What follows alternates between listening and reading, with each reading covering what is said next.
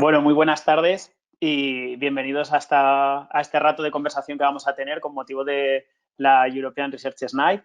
Ya sabéis que este año se celebra el 27 de noviembre, pero hemos querido todos los proyectos de las Noches Españolas mantener esa fecha casi nostálgica original del último viernes de septiembre y al menos tener un acto testimonial y por lo tanto vamos a tener una conversación con unos panelistas, la verdad, de lujo para poder debatir e intercambiar opiniones sobre qué sería la ciencia para estos días inciertos. El debate está impulsado por los 6 proyectos nacionales que hay concedidos por la Comisión Europea para la organización de la European Researchers Night, que son el G9 Night, el Macaroni Night, el de la Fundación Descubre Andalucía, el proyecto de Madrid +D de la Noche de los Investigadores en Madrid, la NIT Europea de la Recerca en Cataluña y el Vanderlust de Aragón. Además, bueno, tenemos la suerte de contar como panelistas con Eva Gallardo, con Julián Casanova, con Eva González, Alex Arena y Ángel Ramos de Miguel, que luego os presentaré con más detalle. Y para abrir la mesa, quería presentaros a Óscar Barreiro, que es uno de los directores del programa de la Research Executive Agency, que entre otros es quien impulsa la organización de este proyecto de la Noche Europea. Así que me callo y te doy la palabra, Óscar. Muchas gracias, Guillermo. Como bien has comentado, la Noche de los Investigadores es un evento financiado por la Unión Europea en el marco de las acciones Marie Skłodowska-Curie y con dos objetivos principales. Por un lado, acercar a los investigadores a la gente y mostrar su trabajo para eliminar estereotipos y para que la gente vea lo que puede ser el día a día de los investigadores. Y por otro lado, inspirar a la gente joven para que siga una carrera científica a través de mostrar los apasionantes aspectos del trabajo de los investigadores. Esta acción comenzó en 2005 y en aquel momento solo fueron 15 países y 20 ciudades los que celebraron la Noche de los Investigadores y hubo en total unos 20.000 participantes. Y ahora, pues 15 años después, en 2019, se alcanzaron más de 1,5 millones de visitantes en 29 países y con más de 36.000 investigadores participando activamente en el evento, unos números muy impresionantes. Como decía Guillermo, este año tiene como novedad que no se celebra en el último viernes de septiembre, sino en el último viernes de noviembre, el día 27 de noviembre. Y serán casi 400 ciudades las que celebrarán simultáneamente el evento, ofreciendo actividades para todas las edades y todos los públicos, y dando una oportunidad única para jugar a ser científico y descubrir las maravillas, los misterios y fenómenos de la naturaleza. Y aparte de ello, más importante, conocer a los científicos en persona. Es un evento abierto a todo el mundo y todos estáis invitados. Nos vemos allí.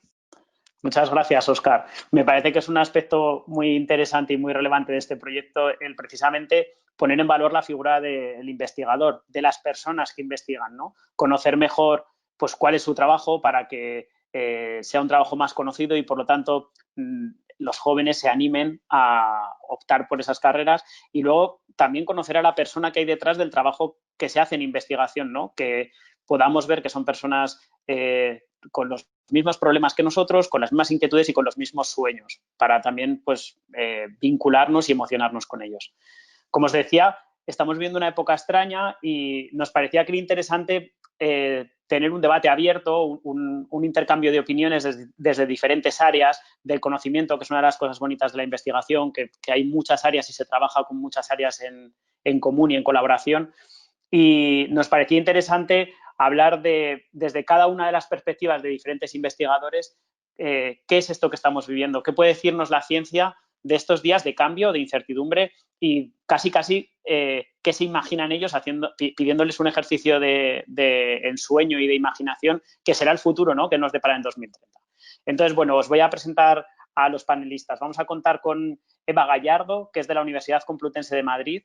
Es profesora titular de análisis matemático del Departamento de Análisis Matemático y Matemática Aplicada de la y es directora del Grupo de Investigación de Operadores, Estructura y Geometría de Espacios. Desde su visión matemática creo que puede aportarnos pues una perspectiva muy característica y muy especial. Voy a pasar a presentar a todos y luego os voy dando la palabra. Contamos también con Julián Casanova Ruiz, que es catedrático de Historia Contemporánea de la Universidad de Zaragoza. Es visiting professor en la Central European University y es bastante conocido porque es muy activo en actividades de divulgación científica y, bueno, seguramente le habréis leído porque es muy prolífico en artículos en prensa generalista. Elena González Rey es doctora en Biología e investigadora del Consejo Superior de Investigaciones Científicas en el Instituto de Parasitología y Biomedicina López Neira de Granada. Además, es directora del Grupo de Investigación de Inmunorregulación y Enfermedades Infecciosas, Inflamatorias y Neurodegenerativas. Hay que decir que a veces los científicos ponemos nombres demasiado precisos que luego para leerlos es complicado, ¿no? Y contamos también con Alex Arena, que es catedrático en física y profesor de la Universidad Rovira y Virgili de Tarragona. Es director de la Cátedra de Ciencia y Humanismo de esa misma universidad y director del grupo Algorithms Embedded in Physical System. Básicamente es experto en modelos y en modelizar, entre otras cosas, datos como los de esta pandemia. Bueno, pues también nos va a poder aportar una visión pues muy particular. Y Ángel Ramos de Miguel, que es Research Fellowship en la Universidad de Las Palmas de Gran Canarias y que hizo el doctorado en Sistemas Inteligentes y Aplicaciones Numéricas e Ingeniería dentro de lo que llamamos Computer Science. Si os parece, pues voy a dar la palabra a Eva para que nos aporte, pues, nada, unas pinceladas de lo que es su visión de qué puede decir la ciencia ante la incertidumbre y ante estos días que nos enfrentamos. Muchas gracias, Guillermo. Bueno, yo creo que la ciencia tiene mucho que aportar porque yo creo que la trayectoria de un científico en esta dirección es, como yo creo, es realmente una maratón, ¿no? Es un camino largo, a veces implica muchísimo esfuerzo y muchísimo sacrificio, pero también es cierto que hay cualidades de los científicos que son de destacar y en matemáticas eso para nosotros es bien claro, que es la tenacidad y fijarse en un objetivo. Y ahora mismo, en este momento de incertidumbre, donde está claro que, bueno, pues no es muy claro cuál es la progresión que se está siguiendo y hay muchísimos datos que analizar, bueno, pues la ciencia, los matemáticos, los científicos en general, creo que deben de hacer una apuesta por, bueno, por el análisis sosegado, evidentemente, por una carrera de fondo en el sentido de sentarse sin prisas, pero sin pausa. Y yo creo que en esto los científicos son expertos. O sea, es cierto que bueno, que la situación probablemente de la pandemia nos apremia, pero también es cierto que hay ciertos bueno, pues ciertos parámetros que uno no puede, no le puedes meter prisa a la ciencia. O sea, si queremos respuestas de hoy para mañana, esto no lo podemos hacer. Y en ese sentido me parece que hay que hacer hincapié y hay que trasladar a la sociedad que los científicos son necesarios. Es gente que reporta a la sociedad muchísimo, pero no se puede esperar algo a corto plazo. O sea, no son máquinas de producir, porque eso no es ciencia de calidad. ¿De acuerdo? Entonces, la sociedad debe ser consciente de que un científico, para que haga una investigación de calidad, debe de bueno, tener tiempos, un sosegamiento y, a su vez, trasladar este conocimiento a la sociedad. Yo creo que esto es lo que la ciencia y los científicos pueden aportar en este momento de incertidumbre. Muchas gracias, Eva, por esta primera intervención y voy a cederle la palabra a Julián para que nos dé también su visión. De hecho, Julián, me voy a lanzar a hacerte también una pregunta. Si el siglo XX se caracterizó por una violencia indómita, ¿qué podremos decir de este XXI que estamos estrenando, no? Bueno, buenas tardes y encantado, un placer estar aquí. Creo que hay algo que el historiador puede introducir en estos momentos. Durante muchísimo tiempo, en la mayor parte de las sociedades, no solo la española, los poderes estimularon la ignorancia en vez de promover la educación. Se tardó muchísimo, no pasó hasta la segunda mitad del siglo XX, cuando empezó a haber educación para todos, en el sentido de no solo educación obligatoria, sino un acceso mayor a la universidad. Pero la ciencia siempre fue algo mucho más minoritario y mucho más relegado. Desde ese punto de vista hay una tensión clarísima entre una sociedad que avanza, que tiene todos los medios de consumo, vamos a ir un poquito antes de la pandemia, que estaba feliz con el progreso y que de repente se encuentra con que hay una tensión clarísima entre esta felicidad, el capitalismo y el consumo y la cantidad de gente que estimula la ignorancia por encima del conocimiento. La gente que tiene problemas frente a la gente que quiere conocer o que quiere difundir el conocimiento. Lo vemos en los medios de comunicación, lo vemos en las televisiones, lo vemos en los políticos. Todo el mundo trata de ajustar o adaptar las opiniones a lo que le viene bien en esos momentos, no a lo que la gente que conoce desde la ciencia les está de alguna forma estimulando o introduciendo. Hay algo muy importante y es que desde letras, por ejemplo, esto se ve, hay que convencer a la gente de 4 cosas. Primero, Eva lo decía antes, que la ciencia es un proceso de indagación que o hay poso o hay sosiego o no viene nunca. Es decir, que es un proceso lento. Y eso solo se hace a través del rigor y a través del conocimiento. No vale levantar la mano y opinar sobre lo primero, que parece que tiene que, digamos, difundirse. Esto está tan de moda en estos momentos, ¿no? La opinión por encima del conocimiento, que hay que resaltar que solo se conoce a través de la indagación y además que la gente que hacemos ciencia, desde todos los puntos de vista, pasamos filtros. Eso hay gente que tampoco lo entiende. Es decir, que no puedes decir lo que quieras, porque si no se admite por parte de la comunidad, eso que tú estás haciendo, nadie no vas a ser convincente. Mientras que en la televisión parece que por pertenecer a un grupo mediático, a un partido político, ya hay determinados fans que te van a comprender siempre. No, la ciencia no funciona así. La ciencia funciona a través del rigor y la indagación. El segundo punto, muy importante, es que esa ciencia en el siglo XXI, en la era digital, tiene que difundirse. Tenemos que aprender a comunicar. Tenemos que aprender a comunicar porque si no difundimos y no comunicamos, aparte de que estamos en la Torre de Marfil, abundamos el tópico sobre lo que son los científicos, alguien que está en laboratorios, que están cerrados y que no tiene una dimensión social importante. Eso es yo creo que es básico, es clave y además eso lo llevamos a la enseñanza y lo llevamos a la investigación. Este es el segundo punto importante. Y eso evidentemente en la era digital de nuevo nos está obligando a salir a los medios de comunicación. No podemos quejarnos de que nadie nos atiende, pero cuando alguien nos llama para explicar en 2 minutos nuestro proyecto de investigación, no acudimos a los grandes medios. Eso significa capacidad de precisión y capacidad de síntesis en la difusión. En tercer lugar, está clarísimo que hay que convencer a través de las redes, de las universidades, hay que convencer a la clase política que la ciencia no es una cosa solo en términos de que cuando viene una crisis hay que acordarse de ella, sino que está clarísimo que los países que han avanzado más y mejor han tenido muchísima más dedicación económica, intelectual y política a la ciencia, lo cual no quiere decir que de vez en cuando no aparezca una persona como Trump y quiebre todo el esquema de interpretación que has hecho, que es lo que está pasando con la pandemia, que un país como Estados Unidos, ¿no?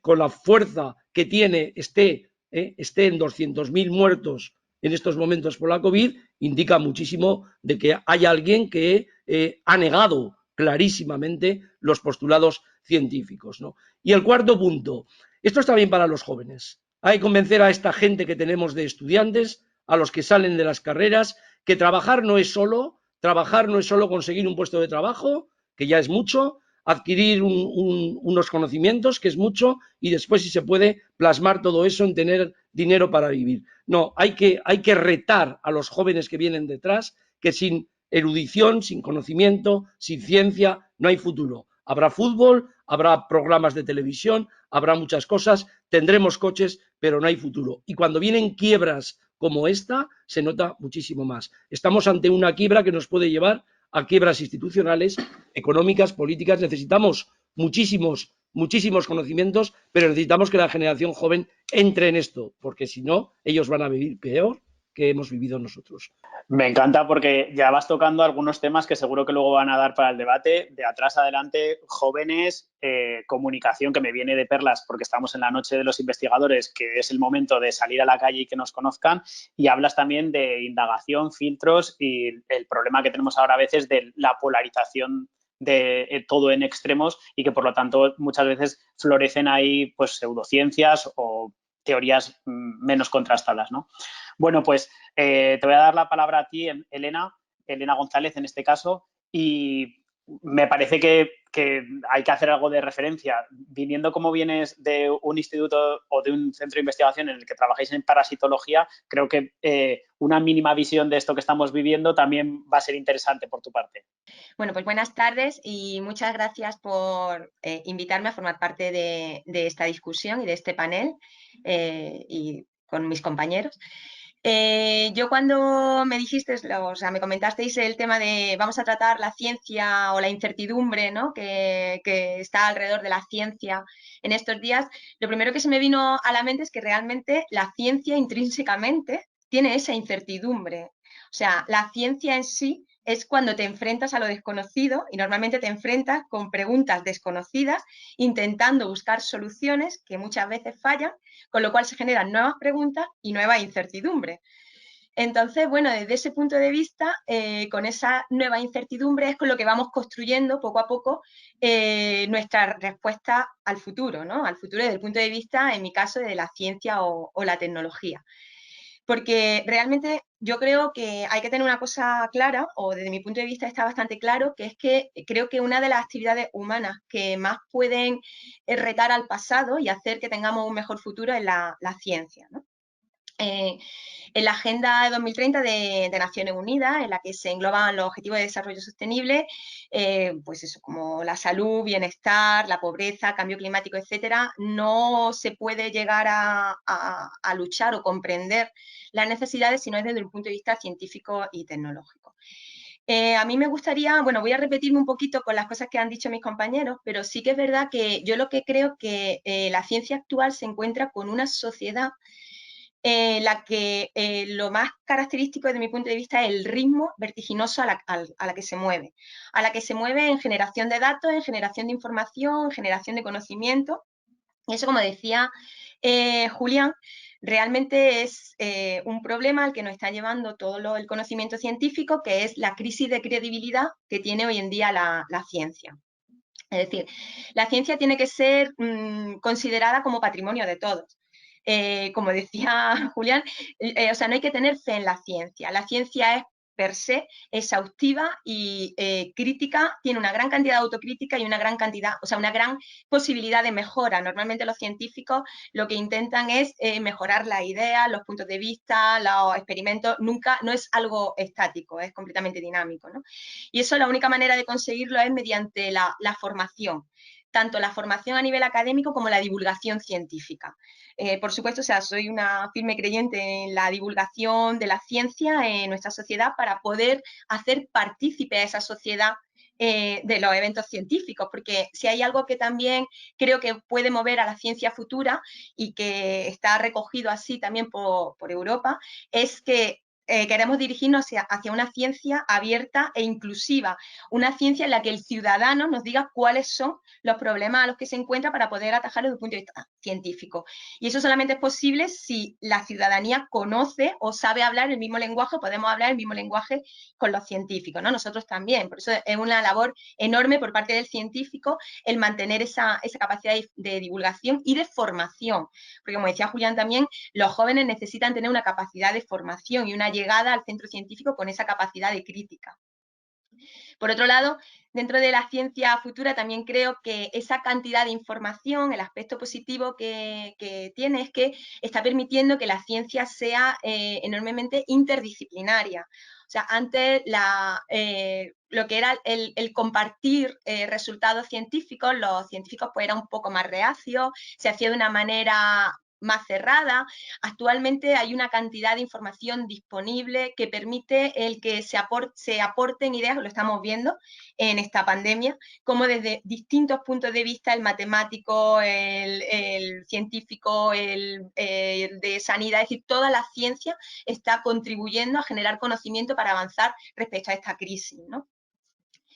Y bueno, por último, sí que me gustaría comentar que creo que la ciencia futura no es posible si no hay un apoyo institucional constante, un apoyo a largo plazo. Como decían mis compañeros, o sea, no me puedo enfrentar a un reto aportando económicamente medios y recursos en ese momento.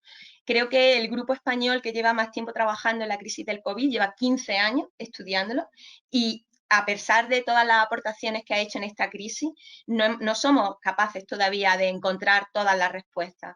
Pero es que no solamente hablamos del COVID, que es lo que nos llama la atención hoy en día, estamos hablando de leucemia infantil, estamos hablando de Parkinson, estamos hablando de malaria, que son otras grandes epidemias de nuestro siglo. Entonces, no podemos aportar económicamente los medios y los recursos en un momento dado. En las instituciones, la política, la sociedad tiene que creer en el talento y en la motivación que actualmente forman parte de los investigadores y las investigadoras de nuestro país en general. O sea, hay un abandono de la carrera científica impresionante, porque no hay una estabilidad laboral, no hay un proceso de estabilización a largo plazo, no se consigue inversión para mantener un proyecto durante el tiempo suficiente para conseguir un medicamento o para conseguir que los científicos que se estén formando, o sea, el sistema científico es un sistema que se retroalimenta, un sistema en el que los científicos van a intentar formar a jóvenes científicos para que esos científicos sigan el sistema. Eso es maravilloso porque es un sistema propio en sí que aprovecha los recursos y los medios que se les da. El problema es que si alguno de los dos fallan los recursos para poder mantener a esas investigadores e investigadoras o falla el llamamiento, la vocación científica, se acaba. El problema es que la vocación científica no es que falle, es que no se tiene que abandonar, ¿no? Por otros motivos. Entonces, bueno, desde mi punto de vista, también pienso que sin ciencia no hay futuro y que realmente necesitamos una apuesta real y ejecutable por parte de la sociedad en la que creo que es nuestro deber informar y apartar de los bulos, las mentiras y toda la manipulación que esta gran cantidad de información genera, información que sí que creo que es necesaria para poder llegar desde un punto de vista sí que crítico y autocrítico a dar respuestas para los retos del futuro. Bueno, es interesante que van saliendo también temas relacionados más con la cuestión social de la ciencia, de cómo entendemos la investigación y cómo entendemos la inversión en investigación. Y uno de los temas que me parece interesante es algo que para mí es algo que me toca mucho y con lo que soy muy sensible, que es cuál es la carrera para ser investigador o investigadora, ¿no? Parece que muchas veces no están claros los pasos y a veces hace falta también poner luz para que nuestros jóvenes sepan qué es lo que tienen que hacer, ¿no? Para ser investigadores. Bueno, otro de los temas que has tratado que me ha parecido interesante es cuando has hablado de la velocidad de los cambios y los datos, y me viene de perlas para hilarlo con Alex Arenas, porque precisamente cuando todo cambia muy rápido y tenemos una gran cantidad de datos, solo podemos interpretarlos gracias a la modelización. Entonces, bueno, Alex, apórtanos un poco tu visión. Pues, en primer lugar, muchas gracias por invitarme a este panel súper interesante. A la luz de lo que hemos estado escuchando, mi visión de la ciencia, lo que es para mí, es una manera de vivir y una manera de pensar. Entonces, el científico creo que es el niño curioso que no pierde la curiosidad, niño o niña, evidentemente, que no pierde la curiosidad cuando crece y sigue haciéndose las mismas preguntas sobre cómo funciona todo, ¿de acuerdo? Entonces, es muy bonito empezar esta carrera, seguir los pasos académicos que te llegan a formarte como investigador y después existe el día a día, ¿no? La realidad del científico haciendo su trabajo cada día en su laboratorio, en su despacho, etc. Normalmente la ciencia no llega a la sociedad porque tenemos una sociedad que no considera que la ciencia sea algo importante, excepto cuando la ciencia tiene que sacar las castañas del fuego, ¿no? Que es el caso que estamos viviendo ahora, de COVID.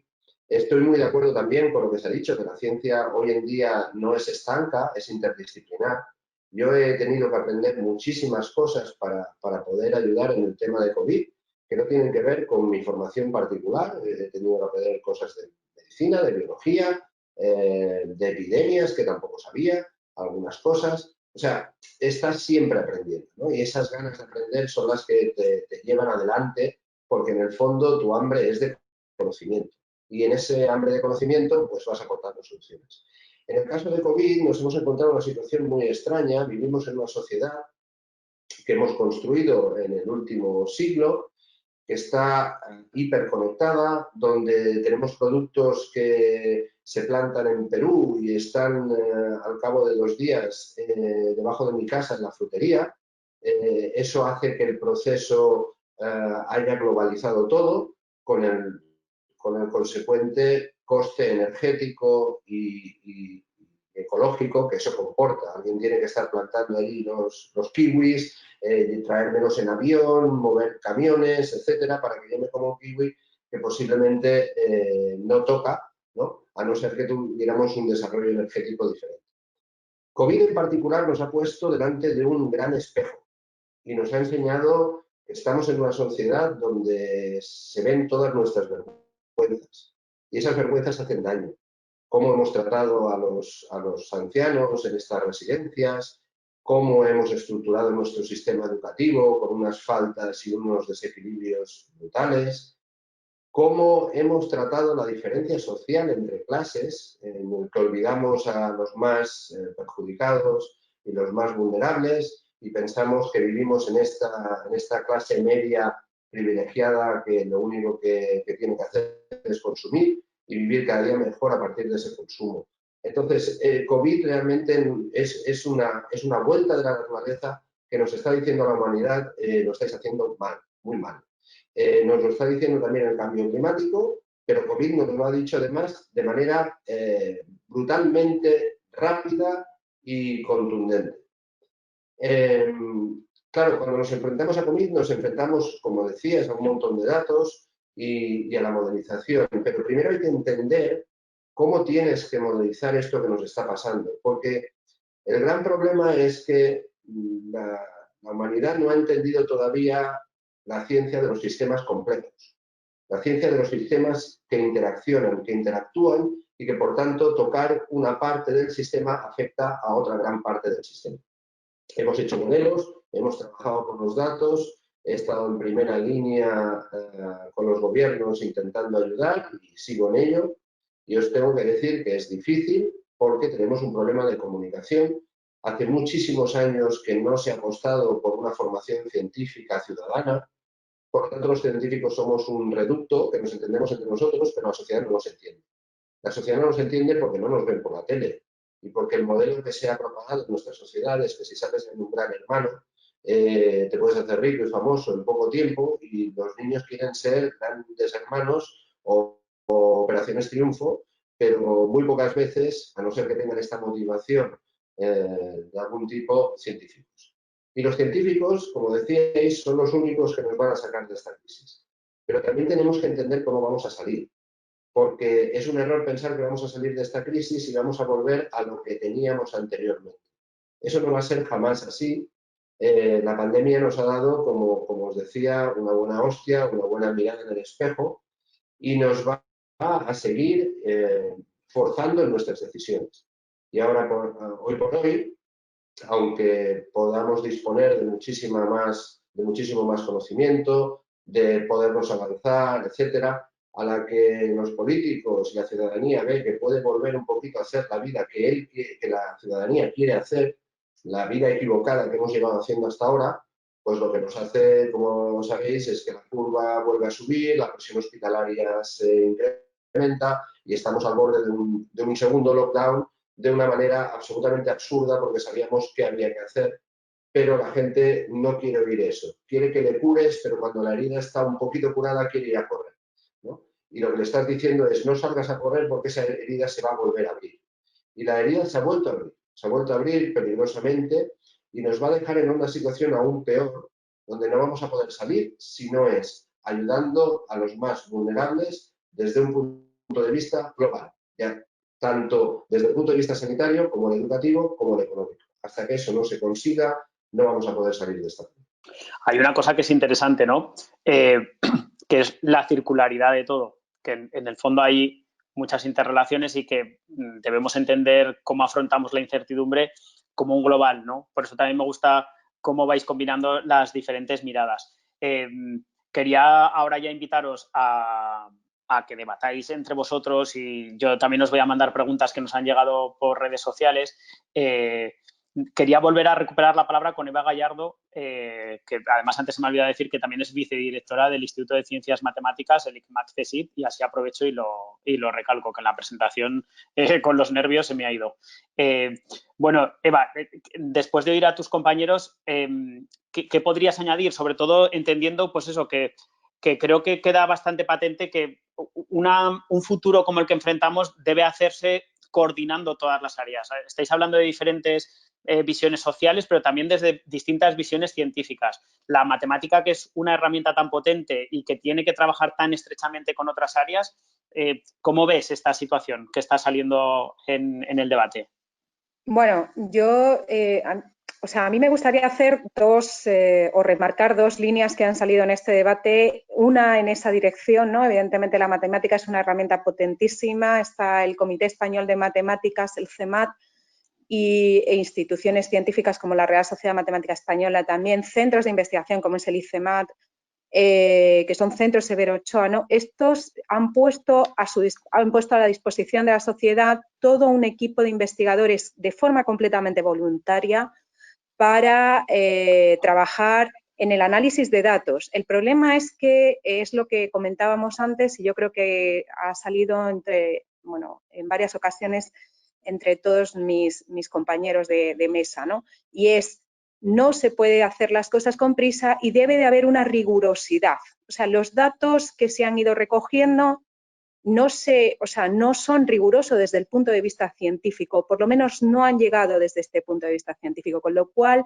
bueno, pues el Comité Español de Matemáticas, el CEMAT, se ha encontrado con un análisis completamente distorsionado que a raíz de la modelización, como ha señalado Alex, es imposible, o sea, no cuadra, no hay un modelo matemático que pretenda describir las curvas. Evidentemente hay muchos parámetros en la ecuación, o sea, eso está claro. Luego, la otra línea que a mí me parece que es importante señalar aquí, y que yo creo que en esta noche de investigadores, sobre todo de los jóvenes, a mí me parece que uno tiene que transmitir la ilusión por hacer ciencia, y es muy, muy difícil. Entonces, no podemos pretender pedir a los científicos soluciones a corto plazo, pero además tener a investigadores que tienen 40 años y no tienen una estabilidad en el mundo científico. Gente que, pues no podemos retener talento, o sea, se nos está yendo el talento y se nos está yendo a centros de investigación y universidades muy prestigiosas. Yo os puedo decir, gente que hemos formado, que le hemos dado becas predoctorales o se han ido al extranjero con becas predoctorales para hacer una tesis, se los están llevando a Oxford, a Cambridge, al MIT, a Harvard, a Princeton. Estoy hablando de matemáticos, no estoy hablando de otros científicos que probablemente es similar.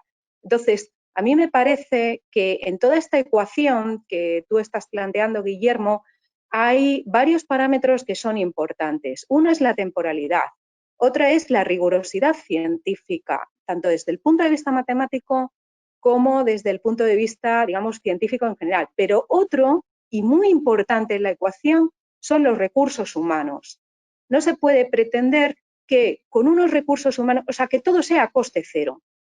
Con unos recursos humanos y gente muy potente a la que hemos formado, que nos ha costado, o sea, tanto a nivel de dedicación como a nivel, digamos, de formación nacional de estos investigadores, se los están llevando y no pueden volver. Gente que tiene deseos de volver, en muchos casos, no los puedes contratar con unos contratos precarios en muchos sentidos, de un año, renovable a un segundo año, pendiente de que si el proyecto de investigación se renueva o no.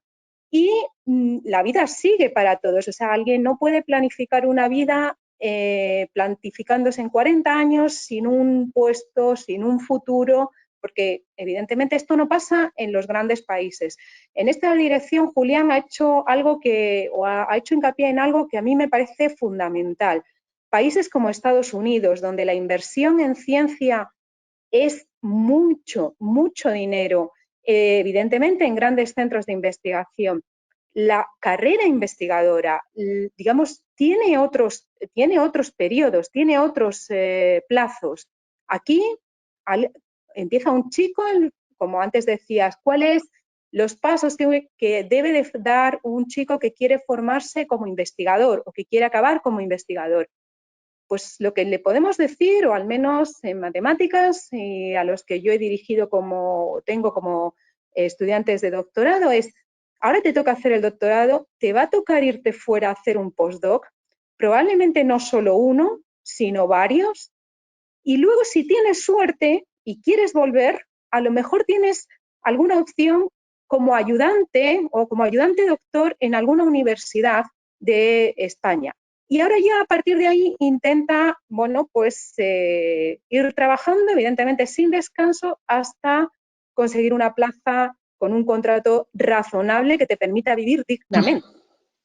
Entonces, a mí me parece que, ya digo, en esta ecuación hay muchos parámetros y no podemos priorizar unos y dejar de priorizar otros, porque todos son importantes a la hora de que se satisfaga. Entonces, hay que tener mucho cuidado, y a mí me parece que es importante que tanto a nivel político como a nivel social, que ha salido ya varias veces también en este debate, a nivel social debemos hacer a la sociedad, digamos, que sea consciente de toda esta situación que los científicos estamos viviendo, ¿no? O sea, que no se pueden esperar respuestas sin inversión, pero no solo inversión en recursos, sino también en recursos humanos y en tiempo. No quiero cortar me está pidiendo la palabra Julián, no es que quiera cortar, creo que es un tema súper importante el de la progresión de la carrera científica y la inversión en ciencia. Creo que eso está claro, y me parece bien que lo resaltéis. Sí que me gustaría mover el debate adelante, porque es un tema que la verdad es que hay que seguir repitiendo cada vez que tenemos un encuentro de estos, pero creo que, sobre todo por el público que nos va a ver hoy, seguramente se ha conocido. Y lo cierto es que además tampoco se nos puede olvidar, y ahí, Julián, no sé si tú me puedes ayudar, pero en España tenemos un mercado laboral en general que es un mercado dañado. Desde luego, el investigador, siendo que es un tema tan sensible, como ciudadano de este país, nos gustaría que estuviese más cuidado, ¿no? Pero lo cierto es que hay muchos ámbitos donde ese mercado está dañado, porque los jóvenes cada vez vemos que son los que más pagan las tasas de paro, como apuntaba Alex en esa desigualdad, ¿no? O sea, que es un tema que yo creo que es, como se dice, ¿no? Que es permeable a más sectores de la sociedad y no solo a la ciencia. Es un tema que es interesante que resaltéis, porque la verdad es que afecta como a muchos otros sectores. Pero, Julián, pero es lo que te quiero decir, Guillermo, perdona, solo es lo que te quería decir en esa dirección. O sea, no solo puedes centrarte en un parámetro de la ecuación. Correcto. Porque entonces distorsionas toda la solución. En ese sentido venía a recalcar, ¿no? O sea, tú si solo quieres centrarte en las soluciones que la ciencia puede dar a la pandemia, o en las soluciones que solo se pueden obtener a partir de ahí, lo que yo te estoy diciendo es que sin recursos humanos y sin recursos de financiación es imposible. O sea, no, las soluciones son completamente, misleading, ¿no? Como dirían los americanos. Correcto. Julián, ibas a decir, perdona. Sí, quería introducir un aspecto que me parece relevante, conectado con el título de todo esto: tiempos de incertidumbre, o qué certezas o incertidumbres hay, ¿no? Y para ilustrar, ya que conecto con Eva y su mundo de matemáticas, para ilustrar hasta qué punto esto es incierto, yo hace 2 años fui miembro del Institute for Advanced Study en Princeton. Estaba rodeado de matemáticos, cada uno en su mundo, en su microcosmos. A mí me interesaba siempre conectar esto con otras cosas. Nunca se había cerrado el Institute for Advanced Study, ni en la Segunda Guerra Mundial, cuando llegaron allí los Einstein, Oppenheimer, y sin embargo el año pasado se cerró. Es decir, la pandemia ha cerrado, por ejemplo, por primera vez, uno de los principales centros de investigación científica, especialmente de matemáticas, ¿no? De astrofísica y de muchas como vosotros conocéis, ¿no? Entonces eso me lleva a una cosa que lo voy a sintetizar de forma muy, muy precisa y breve, que es el uso político y el control de la ciencia, que es un tema fundamental, sobre todo en tiempos de incertidumbre. A principios del siglo XX, cuando ya había habido revoluciones científicas, industrialización, estaba clarísimo que la guerra, que el poderío militar europeo había aumentado a través de la investigación de las armas. Cuando todo eso estaba antes de 1914 ya muy avanzado, la gente ponía énfasis en la investigación con las vacunas, en la ciencia, la medicina, la reducción el control de la población. Cuando llegaron las guerras, el 14 al 45, la ciencia se utilizó al servicio de la muerte. Empezó empleando armas mortíferas y se acabó en los campos crematorios. Este es un tema fundamental. Es decir, hubo gente, criminales de guerra, que utilizaron los grandes avances científicos, además desde las sociedades más avanzadas, para aplicar esquemas de exterminio, políticas de exterminio. Entonces, ¿qué ocurre con esto? Que estamos en un momento claramente de incertidumbre, donde no es lo mismo que usen políticamente o el control de la ciencia para unos fines o para otros. Está clarísimo que hay tres grandes retos en la sociedad que la ciencia tiene que desarrollar y tiene que aportar, y que si no convencemos a la gente de lo importante que es esto, pues posiblemente no se va a hacer nada o va a ser peor el mundo. El primero está clarísimo, que era el gran tema antes de la pandemia, que era el cambio climático. Todas las advertencias sobre que esto es serio, es algo serio que va a cambiar no solo las relaciones estratégicas, sino las relaciones sociales entre la gente. El segundo gran tema es que este capitalismo nuestro europeo, que ya había llegado a niveles de política fiscal, de igualdad, ha cruzado el Pacífico, está en China, está en India, está en las Coreas, y ahí no hay nada de esto. Las políticas de igualdad han vuelto al siglo XIX. Es un capitalismo que ya no tiene en cuenta todo eso. Y eso, desde ese punto de vista, afecta mucho a la investigación industrial, porque la mayor parte de los investigadores que sacan coches supermodernos no tienen o no quieren impactar en que, además de sacar un coche supermoderno, hay que cuidar también las relaciones de la gente que produce los coches supermodernos. Y ahí estamos dando retrocesos importantísimos. Y hay un tercer punto, que, volviendo a lo que decía Alex, a lo mejor esto también lo para. Habíamos llegado también a un grado de internacionalización muy interesante entre estudiantes. Vosotros sabéis que en España estábamos en un mundo provinciano donde rara vez se había salido. Le habíamos empezado a dar vueltas de tuerca a esto. Había empezado a salir la gente. Había venido muchísima gente. Esto va a parar. La internacionalización de la educación, la internacionalización de los procesos científicos, porque está parando los viajes. Eso ya desde el primer momento. Así que creo que estos retos hay que abordarlos. Y vuelvo a un tema fundamental. Como las elecciones las gane Trump en noviembre o no pierda y monte un follón, el futuro va a ser muy incierto. Es decir, que la ciencia no es algo que nosotros hacemos desde nuestros laboratorios, desde nuestras universidades, con solo sumo cuidado, con pozo. No. La ciencia tiene una proyección social fundamental de quién la financia y quién la utiliza políticamente. Y si eso no luchamos por eso, si no damos un impacto así, haremos mucha ciencia, estaremos muy bien, pero algún día la utilizarán al servicio de cosas que nosotros, evidentemente, no hemos predispuesto, ¿no? Es un tema interesante. Mira, os quería leer una pregunta que nos han mandado a través de las redes sociales y que creo que, bueno, está relacionado más o menos con lo que estamos hablando, que nos mandó Silvia, y precisamente decía cómo cambiaría la percepción de la ciencia y la investigación en los próximos tiempos, ¿no? Dice, ahora mismo salen más investigadores en los medios, pero la gente, pregunta ella, ¿ha aumentado de verdad la confianza en la ciencia y en la investigación? ¿O continuamos estando lejos como aquellas personas que dicen cosas interesantes y ciertas, pero que al final nadie hace caso? También hay un tema, ¿no?, de cómo llegar a todos los sectores de la sociedad. No sé quién quiere coger la palabra, no sé si Alex o Elena. Elena González. A ver, yo quería decir que sí es verdad que están saliendo, bueno, es que creo que es súper importante para el futuro, la implicación social es relevante, pero al máximo.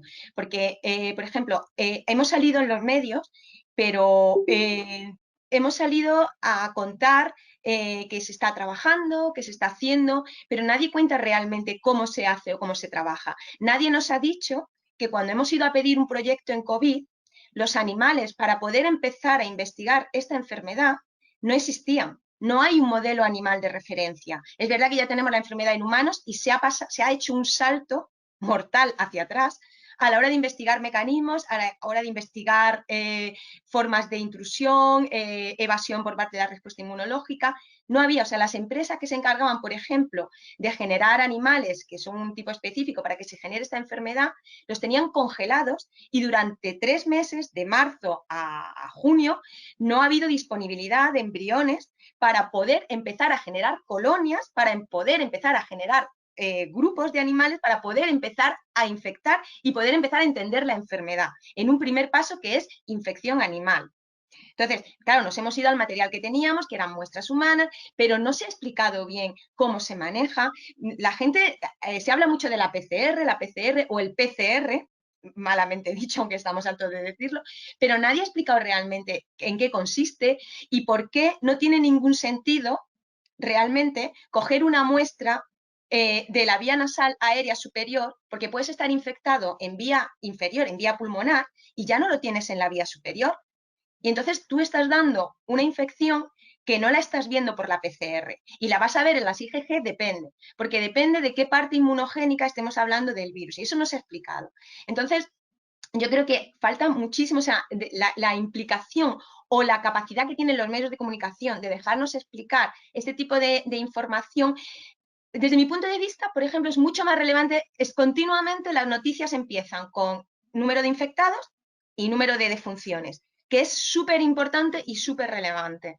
Pero es un continuo que parece mentira, pero llega un momento en que yo creo que ha hecho que mucha de la sensibilidad de la población general, cuando se han abierto la nueva normalidad, ha quedado un poco como ruido de fondo, porque era continuo. Entonces yo creo que había que haber ido tratando temas de realmente de lo que se estaba haciendo, de cómo se estaba haciendo, de los problemas con que se estaban encontrando. O sea, la inversión que se ha hecho en España para los proyectos del COVID, de una manera evidentemente completamente necesaria, pero impulsiva, porque ha sido, vamos a hacerlo ahora porque es necesario, es el presupuesto que se utiliza para fabricar, para construir 14 kilómetros de la línea de AVE. Eso es lo que se ha invertido en ciencia ahora mismo para el COVID.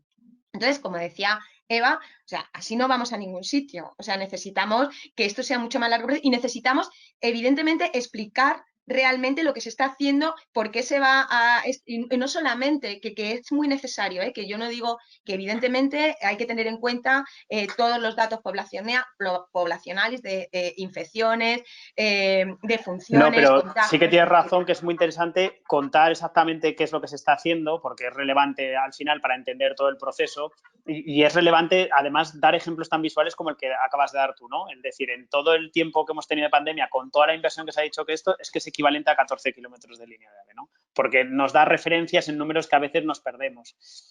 Yo quería ahora mover un poco el debate hacia adelante y preguntaros un poco, pues, cuáles son los retos que debe afrontar la ciencia, nosotros como personas que trabajamos en ciencia, desde vuestra área de conocimiento hacia el 2030. ¿Qué será lo que nos viene? Habéis hablado de cambio climático, de cambios sociales. Antes, hablando de los programas europeos, Horizon 2030 va a poner el foco en el Green Deal. Habéis hablado de los ODS. Alex, ¿cómo lo ves? ¿Cuál es tu visión de la ciencia a 2030?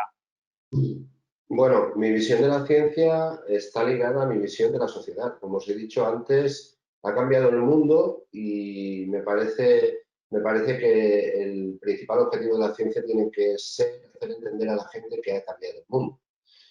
A todos, incluso nosotros mismos los científicos, donde muchos de los compañeros todavía piensan que vamos a volver a estar como antes. Es decir, la ciencia en los próximos 30 años, como toda la sociedad, se va a tener que mover en unos ámbitos que lo que ha hecho COVID es acelerarnos. Es decir, habéis hablado, por ejemplo, antes de que no vamos a poder viajar. Pues no vamos a poder viajar como viajábamos antes, por varias razones, unas epidémicas, otras de medio ambiente, otras de desequilibrios sociales. Vamos a tener que comunicarnos, como hacemos ahora mismo, por videoconferencia. Vamos a utilizar unas tecnologías que estaban ahí y las vamos a llevar a un siguiente nivel para establecer nuestros procesos de comunicación, nuestros procesos de obtención de bienes, ya sean alimentos, ya sean tejidos, etcétera.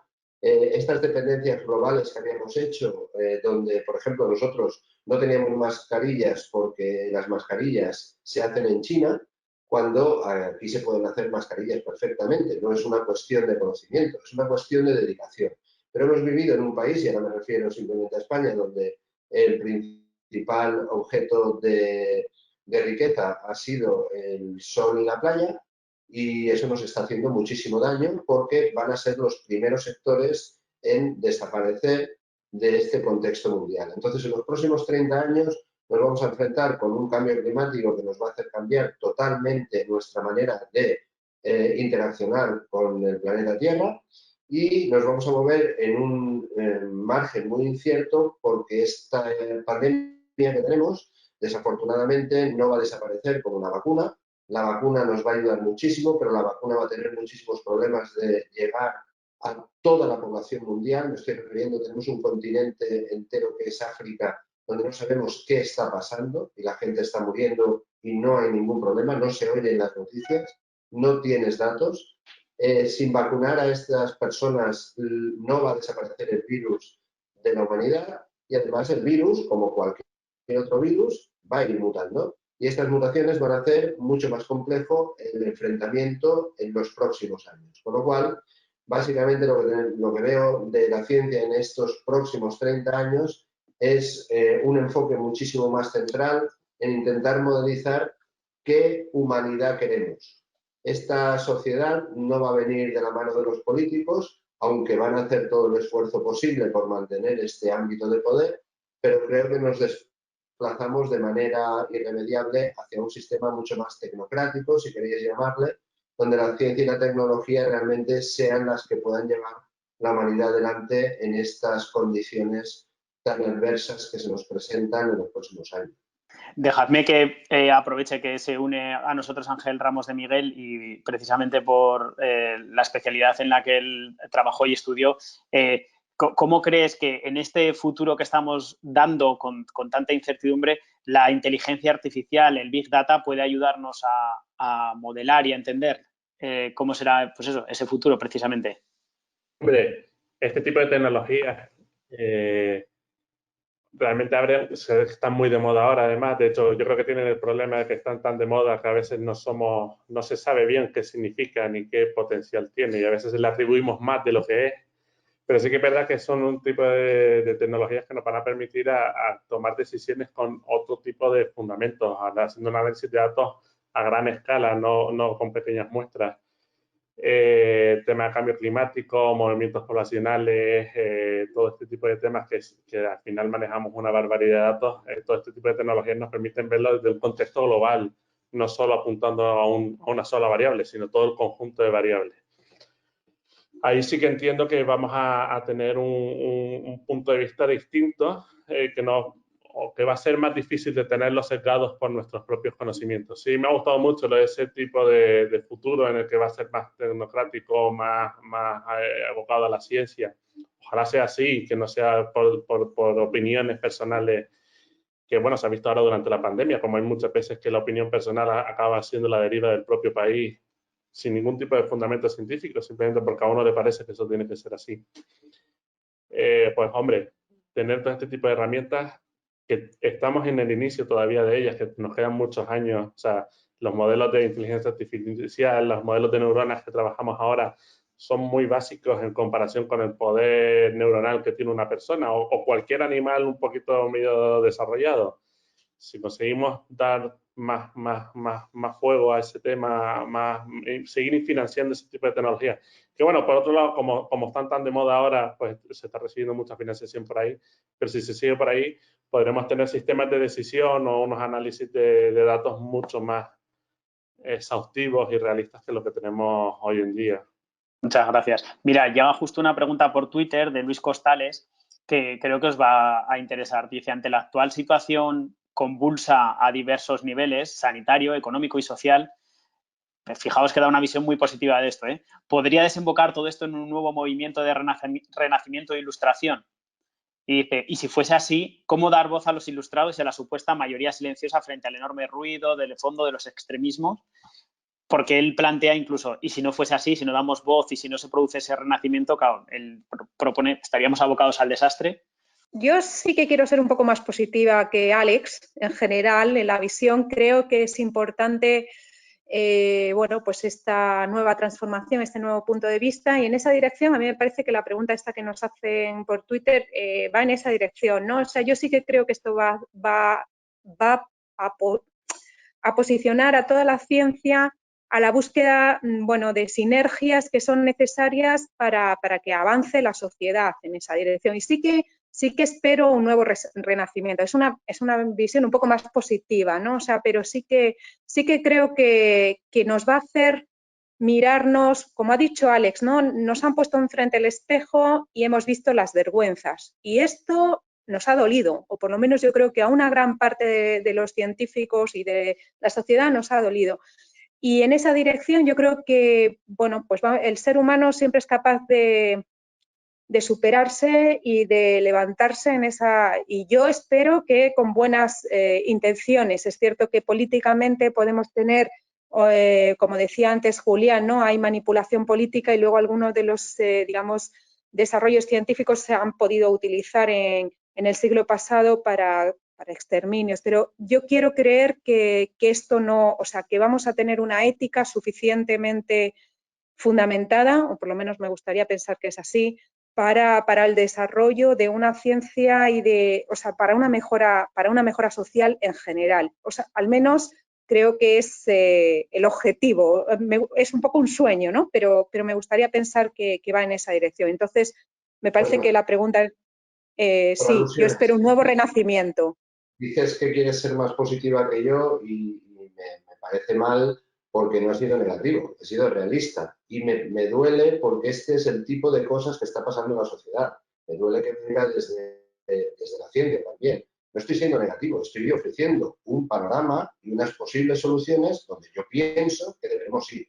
Eso no quiere decir que no sea lo que el público quiere oír. Si queremos oír que vamos a volver a como estábamos hace 12 o 14 meses, pues la respuesta es no. Y la respuesta es no científicamente hablando, no porque yo creo o porque yo pienso. Por tanto, simplemente quería aclarar que mi intervención no propone un panorama negativo, sino que propone el panorama al que vamos a atender científicamente hablando con lo que tenemos. Y que a algunos no les guste que este panorama no sea el mismo que anteriormente, pues creo que es un problema de creencias sobre cuál es la realidad que tiene que venir. Cosa que yo no estoy... Alex, perdona, no he pretendido decir que haya sido negativo. He pretendido decir que en tu visión, probablemente bastante realista, y esto no lo discuto, de la actualidad, yo quiero pensar que en un futuro la idea es mejorar y ser mucho más positivo en esa dirección. En absoluto he venido a decir que tu visión sea negativa.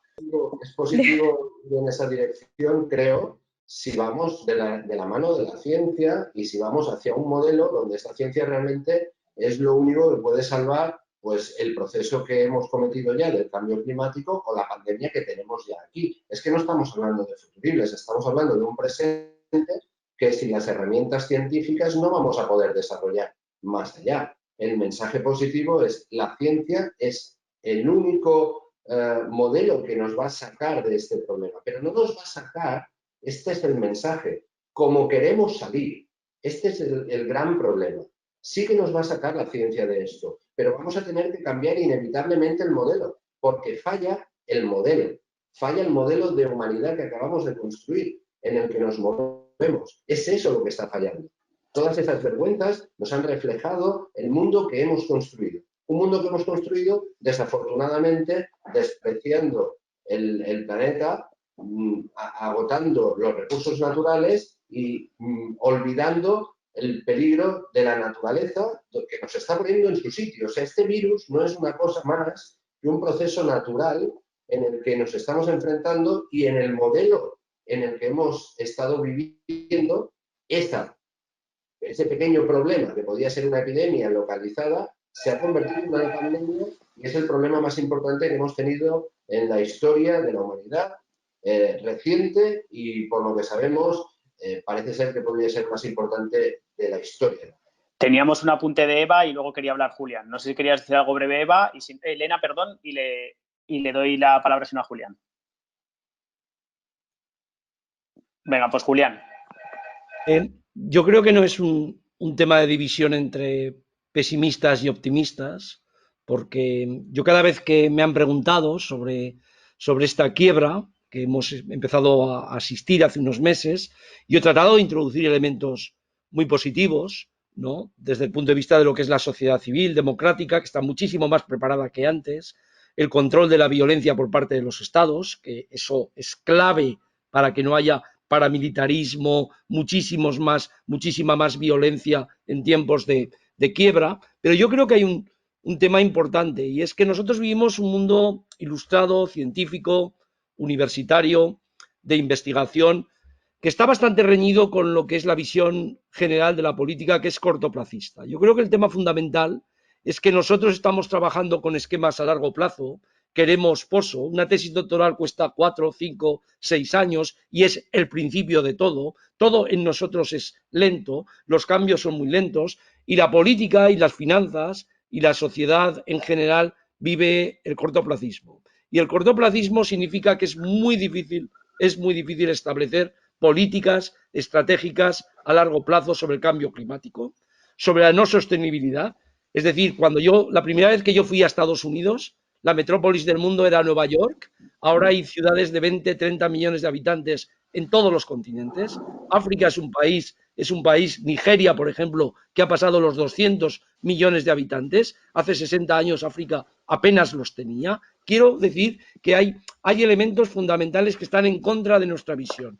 Yo creo que el tema fundamental es no tranquilizar a la gente con planteamientos siempre optimistas, tranquilizantes en el sentido autocomplacientes, y el tema fundamental es una implicación social por parte de la ciencia. Yo lo he comentado también muchas veces. Yo he visto cómo desde las letras parece que no somos científicos y entonces tenemos bastante facilidad para intervenir en medios y en la política o no, y desde la ciencia yo he visto que ha habido muy poca implicación. Fijaros, la crisis del 2008, las denuncias por parte de la gente en España de la ciencia respecto a aquel desastre de la economía que traía elementos de desigualdad duraderos que no hemos superado, fueron mínimos. Entonces yo creo que el científico no puede estar solo pensando que esto es erudición, rigor, a largo plazo, poso, educación para la gente, los jóvenes. Lo hemos señalado todos esto. El científico tiene que dar un paso adelante y en esta era digital o intervenimos más o nos implicamos más. Implicarse no significa tomar partido hasta mancharse o utilizar la política. Implicarse significa que nuestras voces se oigan en momentos en los que ese cortoplacismo o esa política desastrosa nos está llevando a otras cosas. Mirad, yo creo que, por ejemplo, yo me voy mañana a Viena porque han echado una universidad que es la Central European University de Hungría. Esto ha pasado en la Unión Europea. Yo viví en Estados Unidos en la época Trump y está siendo un desastre. En Brasil está Bolsonaro, en Rusia está Putin. Es decir, el futuro no es tranquilizador, lo siento. Podemos ser optimistas, pero el futuro no es en absoluto tranquilizador. Y eso o incidimos o estamos en la sociedad civil porque nos quedemos con la idea de que todos los políticos son iguales, los políticos van aparte, nosotros somos gente extraordinaria porque trabajamos en el mundo de la ciencia, en el mundo de la investigación, así no vamos a ningún lado. Y creo que esta es la tristeza, esta es la tensión entre lo que decía Alex, Eva o Elena, o hemos apuntado antes, que hay un mundo que nosotros creemos que es mucho más ilustrado y lo va a ser, y nosotros tenemos la obligación de que sea así, de que haya más educación, más cultura, más ciencia, pero hay otro mundo que está tirando en contra y ese mundo no es débil, ese mundo es poderoso, es más poderoso que nosotros y nos va a costar muchísimo poner un poco de orden en ese mundo. Desde esa perspectiva, yo como historiador, si creo que las lecciones del pasado ayudan a entender el presente, para mí el futuro inmediato está bastante complicado. Ángel, ¿quería decir algo? Sí, me uno. A ver, es que yo creo que estamos todos diciendo un poco lo mismo. Ojalá viviéramos una nueva etapa renacentista. Es verdad que la anterior era en la que una sola persona podía hacer todo. Ahora ya no tenemos eso. Ahora prácticamente la investigación no se entiende si no es dentro de un grupo, y si el grupo es disciplinar todavía mejor. Y para eso necesitas financiación. Y para tener financiación tienes que tener ese apoyo político, social, ese cambio de modelo productivo. Lo que me ha impresionado lo de los 14 kilómetros de tren para el coronavirus. Es que es verdad, me refiero, estamos intentando hacer grandes cosas con miseria, y la miseria solo trae miseria. Entonces, o cambiamos ese tejido productivo, si empezamos a pensar que somos en el caso de España, pero hablo casi prácticamente en todos los países, que la innovación, que la investigación es un modelo productivo eficaz, duradero, que necesita un tiempo de maduración, pero que todo al final acaba madurando. Si somos capaces de convertir ese modelo productivo en una realidad, sí entraríamos en ese nuevo etapa renacentista, la ilustrada, una época dorada, ¿no? Pero para eso hace falta que la gente arrime el hombro, que realmente se crean que eso es posible, que eso es lo que a mí a veces me cuesta ver. Hay veces que ves que la sociedad, la política, no se cree que la ciencia puede ser un modelo productivo tan eficaz o mejor como lo que tenemos ahora. Correcto. Es un tema que desde luego ha salido recurrente a lo largo de todo el debate. Le voy a dar la palabra a Elena, que estaba esperando, y os voy a pedir que después de la intervención de Elena, para que podáis ir pensándolo, me hagáis una última intervención cada uno, pero ya de 60 segundos. No os voy a bajar el micro, pero una última intervención para cerrar cada uno el debate. Elena, 59 no tus 60 segundos, pero por favor, apunta lo que te ha quedado colgado antes. Vale, era simplemente respecto al tema del Renacimiento, la posibilidad de estar en esa parte del Renacimiento. Yo decía antes que la ciencia ahora mismo es interdisciplinar y está hiperconectada gracias a la capacidad que tenemos de acceso a la información. Eso está favoreciendo el que, por ejemplo, ante la crisis actual que tengamos, los resultados estén obteniéndose de una manera vertiginosa, lo cual también es preocupante por lo que decíamos antes. La ciencia no puede ir a un ritmo porque requiere un conocimiento, requiere una crítica, requiere una revisión. Eso es lo que decíamos antes también, ¿no? Entonces sí creo que estamos en una posición en la que la ciencia, entre comillas, podemos estar hablando de un personaje o ente renacentista porque se está comportando así, pero que tiene otros tiempos. Luego, por otro lado, lo que quería decir es que estamos hablando de la pandemia de COVID, en la que actualmente estaba leyendo yo ahora que van aproximadamente casi 1 millón de muertes, 30 millones de afectados, de contagiados, pero no olvidemos que la gripe española mató a 40 millones de personas y salimos de ahí. Y salimos a una situación diferente, y la peste negra mató a 200 millones de personas y murió el 80% de la población europea. Entonces yo en ese sentido no tengo las herramientas porque creo que desconocemos muchísimo la expansión y la manera de producirse todo lo que se está produciendo ahora, pero creo que no tengo duda en que vamos a salir. No sé, como decía mi compañero, a la situación anterior o a una completamente diferente, pero no tiene por qué ser peor. Pero sí que creo que en esa salida es muy, muy importante porque evidentemente no es la sociedad que tenemos ahora, no es la sociedad del siglo XII o de la Edad Media, cuando la peste negra, o de principios del siglo XX, siglo XIX, ¿vale? No es la misma sociedad. Entonces ahí sí que entra de nuevo el valor de esa sociedad que debe entender que en estos momentos hay 2 herramientas básicas, que son la mascarilla y la distancia social, que simplemente cumpliendo eso pueden dar tiempo a la ciencia a intentar generar conocimiento para enfrentarnos al futuro. Y eso es súper importante, la implicación social. Yo sinceramente creo que sin la implicación social, en ningún aspecto científico vamos a poder, nos tienen que dar tiempo a poder sacar herramientas y soluciones. Muy buen aporte, la verdad, muy, muy buen aporte. Pues si os parece, hacemos esos 60 segundos de cierre y podemos empezar con el mismo orden que hemos seguido antes, pero a la inversa, ¿vale? Entonces, si te parece, Ángel Ramos, empiezas tú con tus 60 segundos y así con esto cerramos el debate, ¿vale?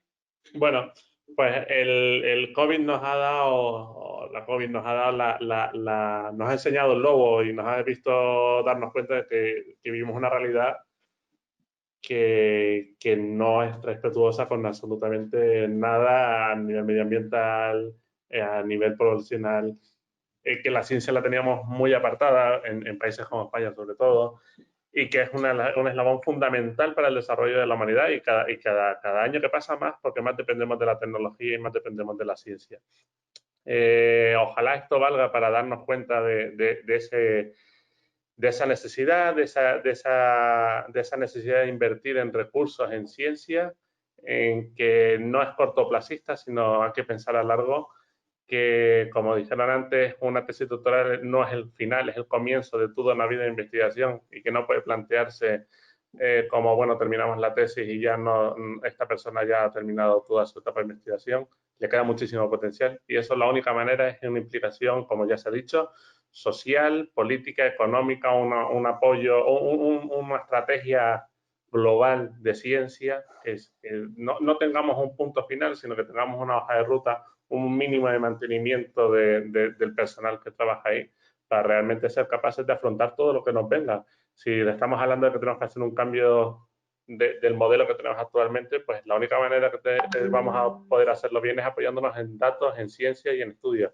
Y para eso que hay que invertir. Con eso me quedo yo. Muchas gracias. Bueno, pues le doy la palabra ahora a Alex para que pueda hacer su cierre. Bueno, como el título era Ciencia en días inciertos, yo lo que os quería decir es que la ciencia precisamente trabaja siempre en la incertidumbre, es precisamente lo que no sabemos, lo que nos hace de driver, ¿no? de nuestras investigaciones. COVID es el gran acelerador de todo.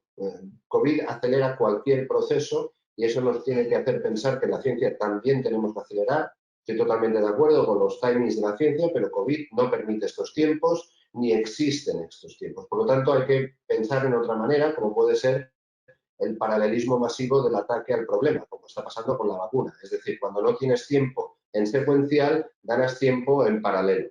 Por tanto, también nosotros los científicos tenemos que cambiar nuestra manera de hacer, trabajar muchísimo y en colaboración para poder, en este proceso distribuido, llevar adelante soluciones, que es ahora mismo lo que va a necesitar la sociedad, como lo ha estado necesitando desde la aparición de la COVID. Muchas gracias, Alex, también. Y le voy a dar la palabra a Elena para que nos dé su visión de cierre. Por favor, Elena. Yo, como había dicho al principio, creo que la ciencia es la única opción que podemos tener para hacer que nuestro futuro sea muy diferente a nuestro pasado y que eso incluye la relación de todos los grupos, el acoplamiento entre distintas disciplinas y la participación social. Fundamental la participación social. Sobre todo, como decía en mi última intervención, en que en estos tiempos estamos viendo que la velocidad en la que los acontecimientos de distinto tipo pueden ocurrir supera mucho las posibilidades que tiene la ciencia de enfrentarse. Necesitamos otros apoyos que en este caso, desde mi punto de vista, son los sociales. Muchísimas gracias, Elena. Bueno, pues te voy a dar la palabra, Julián, por favor. Un último minuto de cierre de todo este debate que ha sido súper interesante. Yo creo que nosotros somos investigadores consolidados, pero con la quiebra económica que viene va a ser muy difícil, por mucho que pongamos énfasis en la ciencia, que haya financiación para investigadores. Lo vamos a ver, sobre todo en países que dependen de los estados y no de fundaciones privadas. Y ahí tenemos un reto. Tenemos un reto que es convencer a las instituciones y a la gente que invertir en ciencia es muy importante y es futuro. Y no es solo una palabra. Y hay un segundo punto. Todo lo que estamos hablando nos lleva de cambio de relaciones sociales, de la COVID, de todo. Nos va a llevar también a un cambio de la ética del trabajo. Y las generaciones jóvenes necesitan una nueva ética del trabajo. Esa ética del trabajo que en España estuvo en los últimos años tan vinculada a los servicios y al dinero fácil a través del turismo, va a desaparecer. Y la ética del trabajo es sacrificio. No hay ciencia sin sacrificio. Y esto no es un tema de mayores, es un tema de que realmente todas las sociedades que han salido adelante es porque la ética del trabajo ha incidido en las generaciones en formación, que solo a través del trabajo y no de la inteligencia que uno adquiere ya desde el nacimiento a través de los genes se consigue algo. Esto es importantísimo, comunicarlo a los estudiantes. Las universidades son buenas o malas no solo por nosotros, sino por los estudiantes. Sin malos estudiantes, sin gente nueva, investigadora buena, no habrá futuro. Muchas gracias, Julián. Bueno, pues nos queda para el último cierre. Eva, por favor. Bueno, pues simplemente casi por recopilar lo que ya han dicho mis compañeros, ¿no? O sea, la ciencia es la herramienta, desde luego es el mecanismo. Los científicos estamos ahí para hacer que ese mecanismo funcione y evidentemente necesita gasolina, necesita inversión a nivel económico, necesita inversión a nivel social y es una herramienta transformadora. Y yo creo que la transformación, o por lo menos espero, es que la transformación sea positiva para que la sociedad realmente sea la beneficiaria de esta transformación, pero hay que invertir para que esa transformación se produzca. O sea, y los científicos estamos ahí para realizar o para empujar esa transformación. Creo que es la única certeza que puede dar en estos tiempos de incertidumbre. Muchas gracias, Eva. Bueno, pues quiero daros las gracias a todos, Eva, Julián, Elena, Alex y Ángel, por haberos incorporado a este debate. Creo que ha sido súper interesante. Antes de despedirme, quiero darle también las gracias a Óscar por haber participado en el debate y haber estado ahí. Estoy seguro que le ha sido súper interesante. Y bueno, a todos los que nos estáis viendo, quiero recordaros que estáis súper invitados a venir a la Noche de los Investigadores el 27 de noviembre, que toda la información la tenéis en las páginas web de los distintos proyectos y para que no se os olvide os diré que lanochedelosinvestigadores.es, desde ahí estamos todos los proyectos de España aglutinados y este año además tenemos la suerte que yo creo que en casi cualquier ciudad de España va a haber proyecto porque creo que todas las comunidades autónomas o casi todas las comunidades autónomas estamos representadas. Así que nada, muchas gracias por estar ahí, seguidnos en nuestras redes, que este año va a haber mucho contenido audiovisual y os esperamos el día 27 haciendo el evento que podamos. Gracias a todos.